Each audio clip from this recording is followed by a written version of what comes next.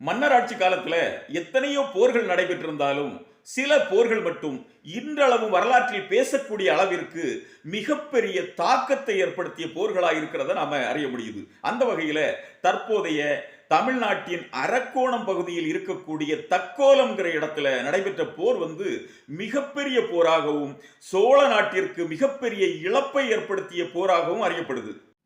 10ஆம் நூற்றாண்டுல, அதாவது கிபி 949ஆம் ஆண்டு சோழ நாட்டு இளவரசன், அதாவது முதலாம் பராந்தக சோழனின் மூத்த மகனும் சோழ நாட்டு இளவரசனுமாகிய ராஜாதித்ய சோழன் தலைமையிலான படைகளுக்கும் ராஷ்டிரகூட மன்னன் கன்னரதேவன் என்று அழைக்கப்பட்ட 3ஆம் கிருஷ்ணன் ஆகிய அந்த ராஷ்டிரகூட மன்னன் படைகளுக்கும் இடையே நடைபெற்றதுதான் அந்த தக்கோல போர். இந்த தக்கோல போர்ல சோழர் படைகளுக்கு ஆதரவாக சேரர் படைகளும் களமிறங்கி இருக்கின்றன. ஆனால் பாண்டிய நாட்டு படைகள் வரவில்லை. ஏனென்றால் சோழ நாட்டிற்கும் பாண்டிய நாட்டிற்கும் அப்போ பெரிய பகை நிலவி இருக்கு. அதனால பாண்டிய நாட்டு படைகள் வரல. இந்த ராஷ்டிரகூட படைகளுக்கு ஆதரவா கங்கர் நாட்டு அரசன் பூதுகன், இந்த பூதுகன் ராஷ்டிரகூட மன்னனுடைய மைத்துனன். அதனால அந்த பூதுகன் உதவி செய்திருக்கான் அந்த ராஷ்டிரகூட படைகளுக்கும். மிகப்பெரிய போர் 949 தக்கோலத்தில் நடந்திருக்கு.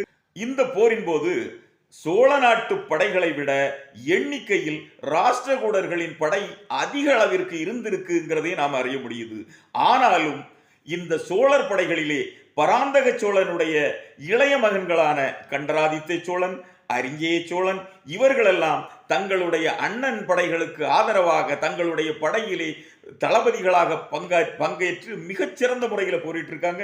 அதனால ராஷ்டிரகூடர்களால் எண்ணிக்கை அதிகம் இருந்த பிறகு கூட சோழர் படைகளையும் சேரர் படைகளையும் வீழ்த்த முடியவில்லை. இதனால எப்படியாவது வஞ்சகமாக வீழ்த்த வேண்டும் என்று ராஷ்டிரகூட அரசன், அதாவது அந்த 3ஆம் கிருஷ்ணன் முடிவு செய்யறான்.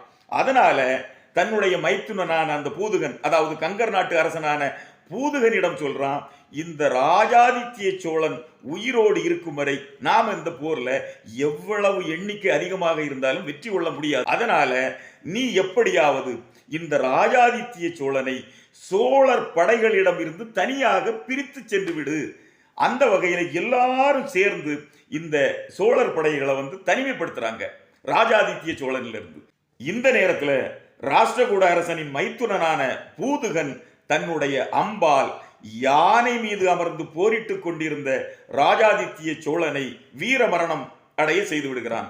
இந்த ராஜாதித்ய சோழன் யானை மேல் துஞ்சிய தேவர் என்று அறியப்படுகிறார் கல்வெட்டின் மூலம்.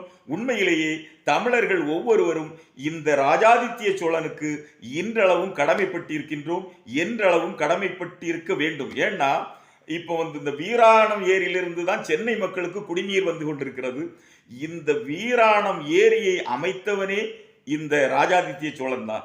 அதுவும் ராஷ்டிரகூடர்களின் அச்சுறுத்தல் அதிகமாக இருக்கிறது, அவர்களின் ஆக்கிரமிப்பு ஒருவேளை ஏற்பட்டு விடலாம், போர் அவர்களுடன் ஏற்பட்டு விடலாம் என்கிறத ஒற்றர்கள் மூலம் அறிந்த அந்த பராந்தக சோழன் தன்னுடைய ராஜாதித்ய சோழன் மகனை ஒரு பெரிய படையோடு வடபகுதியில் அமர்த்தி இருக்கிறார்.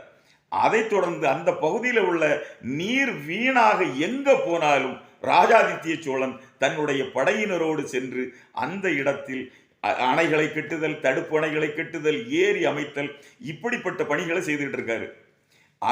அந்த நேரத்தில் தான் இந்த வீராணம் பகுதியில் நிறைய தண்ணீர் வீணாக கடலுக்கு செல்கிறது என்பதை அறிந்த அந்த ராஜாதித்ய சோழன் தன்னுடைய படை வீரர்களை கொண்டு அந்த ஏரியை அமைத்திருக்கின்றான். அதுதான் வீர நாராயண ஏரி. அதாவது தன்னுடைய தந்தை பராந்தக சோழனுடைய சிறப்பு பெயர் வீர நாராயணன் என்று தன்னுடைய தந்தையின் பெயரையே அந்த ஏரிக்கு சூட்ட வேண்டும் என்று சொல்லி சூட்ட வைத்திருக்கின்றான். இதுதான் வரலாறு.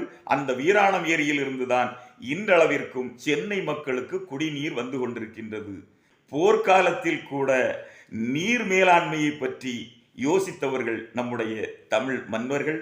அவர்கள் என்றென்றும் போற்றி புகழத்தக்கவர்கள்.